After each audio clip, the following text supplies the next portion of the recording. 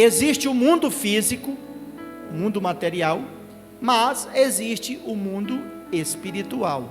O mundo visível, o que eu vejo, o que eu pego, o que eu apalpo, aonde eu estou. Mas existe o mundo espiritual, que é aquele mundo que existe, mas não é perceptível a olho nu. Então existe dois mundos, o físico, o material, e existe o mundo espiritual. E nós devemos considerar o mundo espiritual. Mas eu quero que você entenda que o que pode ser enxergado, o que pode ser visto, é o mundo físico.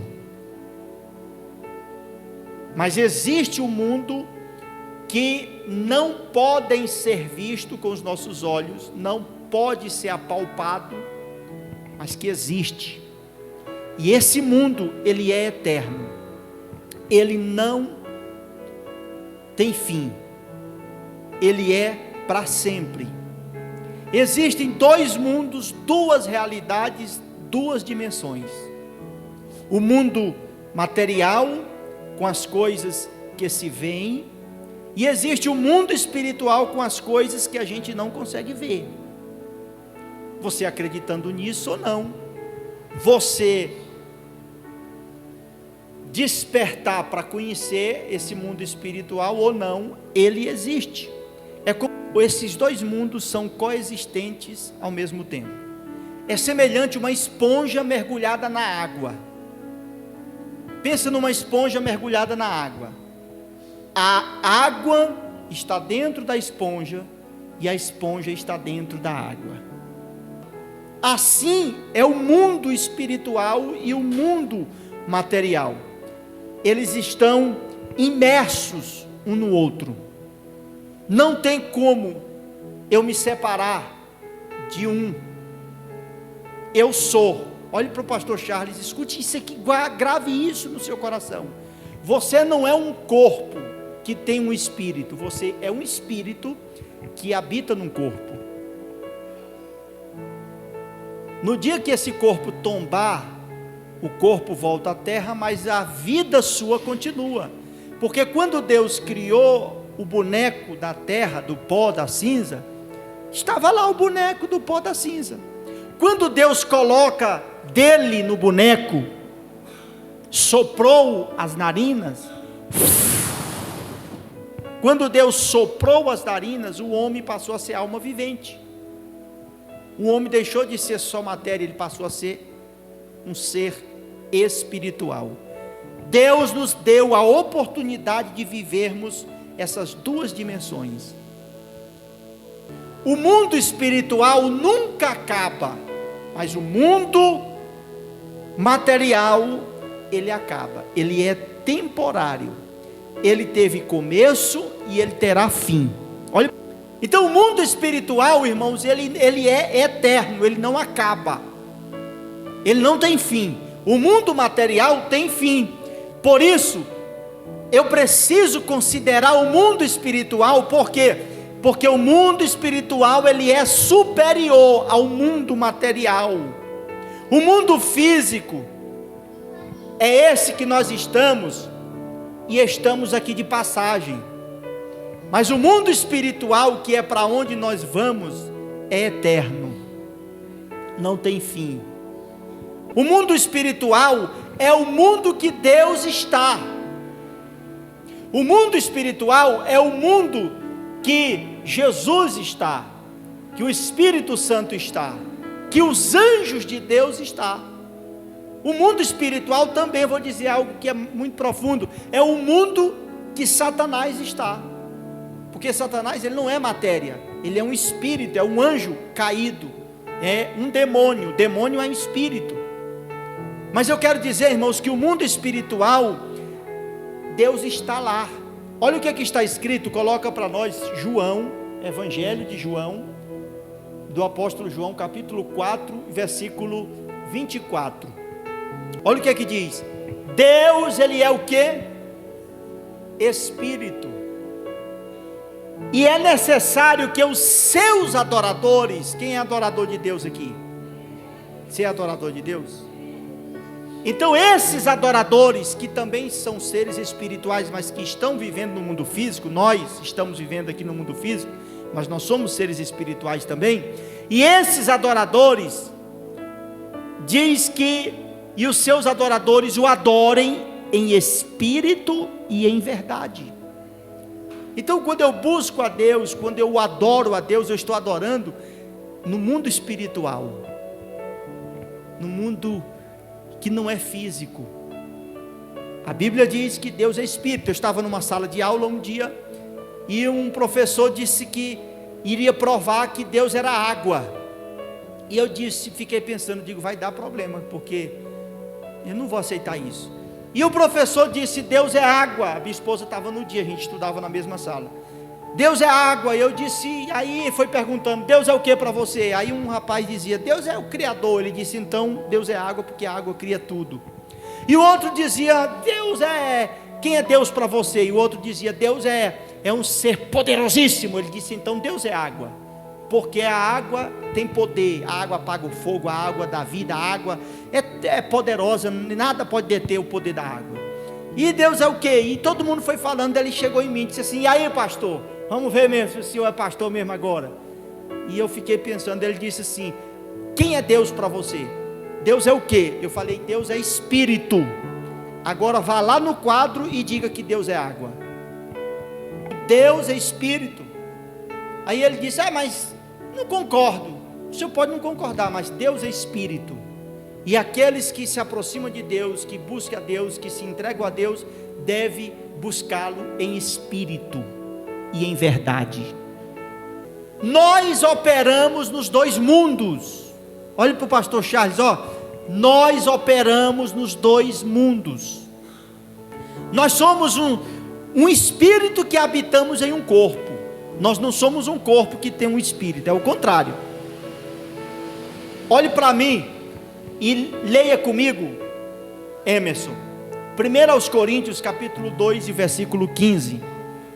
Contudo, aquele que é espiritual pode discernir todas as coisas, e ele mesmo por ninguém é compreendido por enquanto.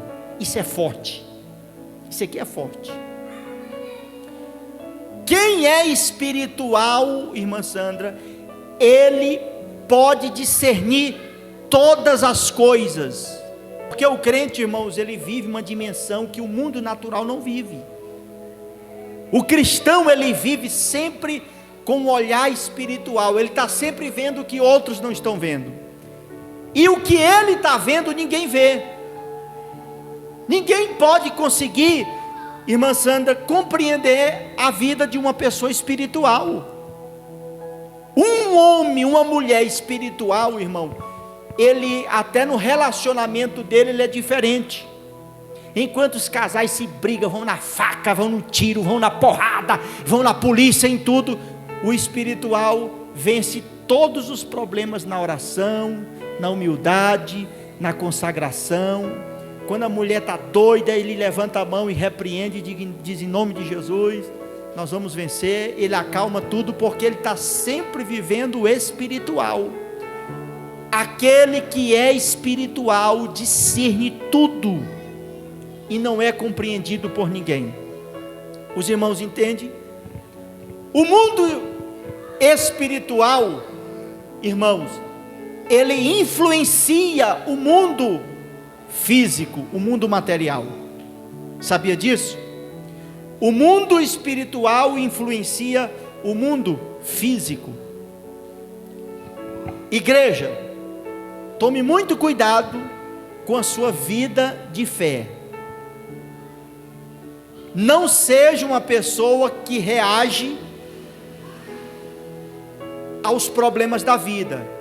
O cristão, ele não reage. O cristão, ele age. O cristão, ele tem um domínio.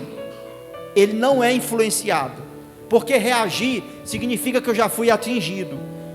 Quando você age, você tem um controle da situação. Então preste atenção.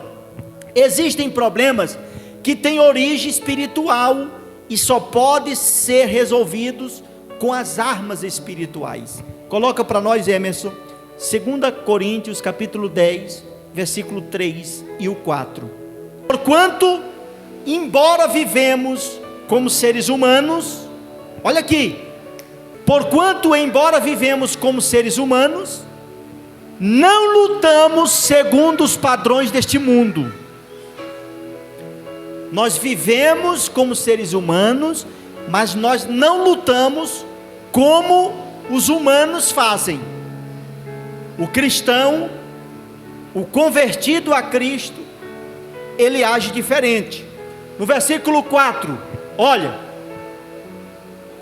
pois as armas da nossa guerra não são terrenas, não são dessa terra, mas poderosas em Deus para destruir fortalezas. Nossa luta não é no mundo físico, irmão. Eu não tenho que lutar contra minha mulher. Minha guerra não é contra o meu colega de trabalho. Minha guerra não é contra o meu patrão. Minha guerra não é contra o governo. Minha guerra não é contra pessoas.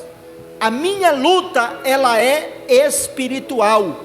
A minha luta, irmãos, ela é contra as fortalezas. E a arma que eu uso é uma arma espiritual de Deus.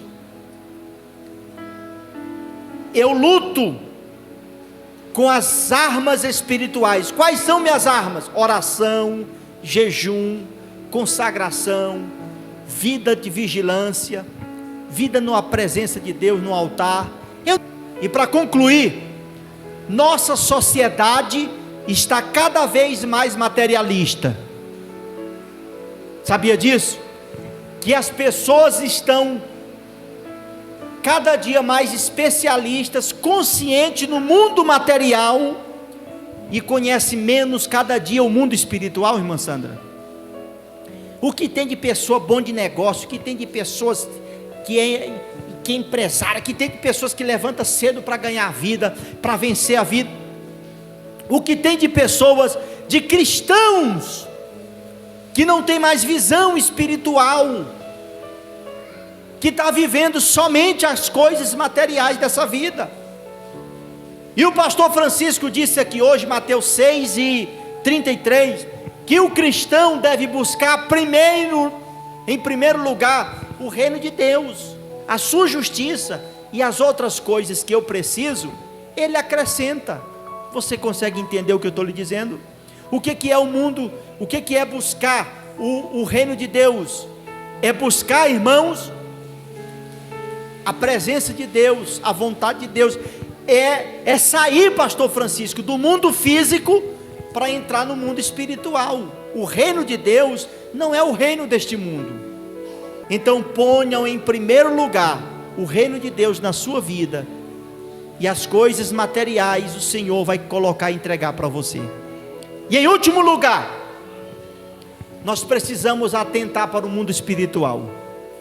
Nós precisamos olhar mais com os olhos espirituais. Quando eu digo atentar, eu estou dizendo colocar nossa atenção, considerar, pensar no mundo espiritual. Coloca para nós, Emerson, Colossenses, capítulo 3, versículo 2. Pensai nos objetivos da onde? Do alto, e não nas coisas. Repete após mim, 1, 2, 3. Pensai nos objetivos do alto e não nas coisas terrenas. Em outra versão diz assim: pensai no que é, nas coisas que são de cima e não nas que são da terra. E o que tem de gente, irmãos, encucado só com as coisas dessa vida, esquece de buscar o mundo espiritual, o reino de Deus, a presença de Deus. Os irmãos entendem? Quem vive uma dimensão espiritual, irmãos, ele não é afetado com o mundo físico. Ele está sempre pensando nas coisas de Deus. E eu preciso orar para que isso aconteça na minha vida. Presta atenção. É para cá que nós estamos caminhando, ó. para o mundo espiritual, as coisas lá do alto. Ainda que eu queira viver as coisas terrenas, um dia terá fim. Pastor Francisco, o senhor foi feliz quando disse que as coisas dessa vida, o ferrugem corrói, a traça corrói, o ladrão rouba, mas as coisas de Deus, do céu, do alto, as coisas espirituais, ninguém rouba de nós. Faça uma aliança com Deus hoje, peça para Ele te dar visão do mundo espiritual, entregue sua vida verdadeiramente a Jesus, arrependa dos seus pecados, receba Ele como Senhor da sua vida, entregue-se completamente a Ele. Agora presta atenção, irmãos, você que leva a palavra, você que prega como eu prego, nós precisamos, irmãos, elevar o nosso nível espiritual, porque eu só posso ajudar alguém na medida que eu consigo me ajudar. Para eu levantar alguém, eu preciso estar de pé. Para que eu ajude alguém, eu preciso estar bem. Um médico, por mais que a função dele é salvar vidas, quando ele adoece, ele não pode exercer a sua profissão. Ele tem que também ser cuidado. Cuide da sua vida espiritual. Mantenha a sua vida espiritual em dias, e Deus vai te usar para levantar outras pessoas que precisam de um milagre. Amém? Curve sua cabeça. Isaías, presbítero Isaías, ora com a igreja aqui. Senhor meu Deus, obrigado pela tua palavra, Senhor, que ela possa ser cada dia mais eficaz em nossas vidas, Senhor. Nos leve em paz, nos dê uma noite abençoada nessa noite, Senhor. Muito obrigado pelo que o Senhor tem feito por nós essa semana e o que o Senhor ainda vai fazer em nossas vidas, Deus. Ser presente, Senhor, em nossa casa, em nossa família, em nossos negócios, em tudo aquilo que nós vamos fazer, Pai. Que primeiramente o que nós vamos fazer possa te agradar, Deus, para depois, Senhor, que o Senhor venha continuar cuidando de nós. Que possamos aprender a buscar em primeiro lugar o teu reino, Senhor, a tua justiça, Senhor. Muito obrigado pela tua palavra. Amém.